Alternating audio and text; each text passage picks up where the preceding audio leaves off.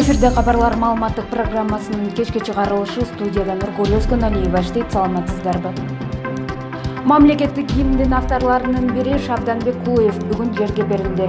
24 ноябрда Кыргыз Республикасынын мамлекеттик гимнинин авторлорунун бири Шабданбек Кулуев 78 жашында катуу оорудан улам. Борбор каланын ооруканаларынын биринен дүйнө салган эле. Ал эми бүгүн Шабданбек Кулуевдин акыркы сапарга узатуу зыйнаты өттү.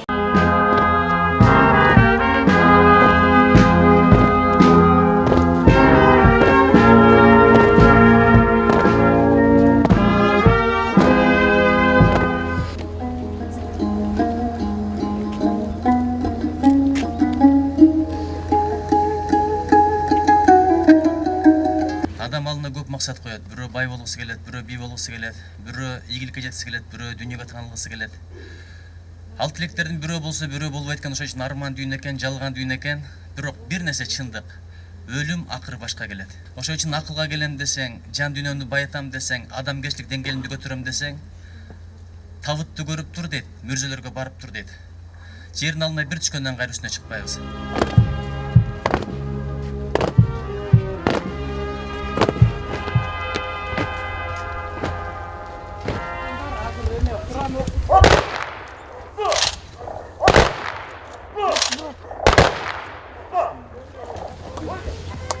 Эмгек жолунда бир канча мекемелерде иштеп, ар тараптуу ийгиликтерди багынтып, бир канча наамдарды эсе аталган Шабданбек Кулуевдин үй бүлөсүнө кабарлар маалыматтык каналынын жалпы жамааты көңүл айтабыз.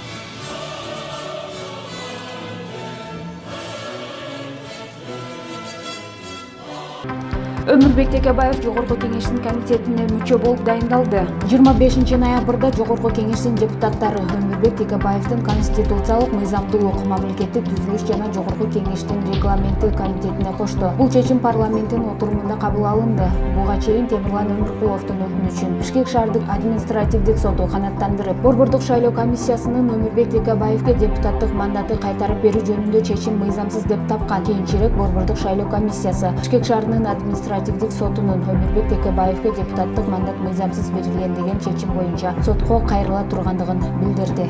Бүгүн 25 ноябрда Бүтүн Кыргызстан партиясынын лидери Адахан Мадумаров Борбордук шайлоо комиссиясына жана Садыр Жапаровго кайрылуу жасады. 25 ноябрда Садыр Жапаровго жана Борбордук шайлоо комиссиясына Бүтүн Кыргызстан партиясынын лидери Адахан Мадумаров кайрылуу жасады. Кайрылууда төмөндөгүдөй жазылган: мени Орусияда кыргызстандыктар менен жолугуусунда үгүт иштерди жүргүзгөн деген шылтоо менен мени президенттик жарыштан алып салуу аракетиңизди мен сизди өзүңүзгө ишенбегендиги үчүн деп түшүндүм. Мындай жол менен сиз мыкты атаандашыңызды арылууга аракет кылып жатасыз. Мадумаров Жапаров президенттикке катышаарын айткан күндөн тарта мамлекеттик бюджеттин эсебинен аймактарды кыдырып, ар тараптуу маселелерди чечүүгө убада бергендигин айтат. Мадумаров Борбордук шайлоо комиссиясы Жапаровдун аракетине да баа берүүгө аргасыз болоорун айтат. 24 ноябрда башкы прокуратура Адахан Мадумаровдун Орусияда кыргызстандыктар менен жолугуусунда үгүт иштерди жүргүзгөндүгү жөнүндө материалды карашуу үчүн Борбордук шайлоо комиссиясына жөнөттү. Мадумаров 7 ноябрда Москвада мигранттар менен жолугушкан. Ал жолугушууну аталган шаардагы кыргызстандыктар түптөгөн. Мен макул эмесмин, укугум бар кыймылдар уюштурган. Жыйын Москвада Транспорт университетинин маданият үйүндө өткөн. Ош шаарында тилемчи аталышындагы профилактикалык рейдтер жүргүзүлдү. Бүгүнкү күндө жол кыймылынын коопсуздугуна терс таасирин тийгизип, жол боюнда турган, болбосо оор жашоо шартын, ден соолугун шылтоо кылып, жаш балдарды акча табуунун жеңил жолу катары курал катары колдонуп, тилемчиликти негизги кесибине айлантып алгандар да көбөйдү. Ага ылайык Ош шаарынын аймагында тилемчи деген аталышындагы профилактикалык рейд өттү. Анда 69 коомдук жайлар, тагыраагы соода түйүндөр, вокзал, унаа токтотуучу жайлар, жол бойлору текшерүүдөн өттү. Анда 19 өспүрүм аныкталып, айрымдарынын ата-энелерине протокол түзүлүп, 1000 сомдой айып пул салынды.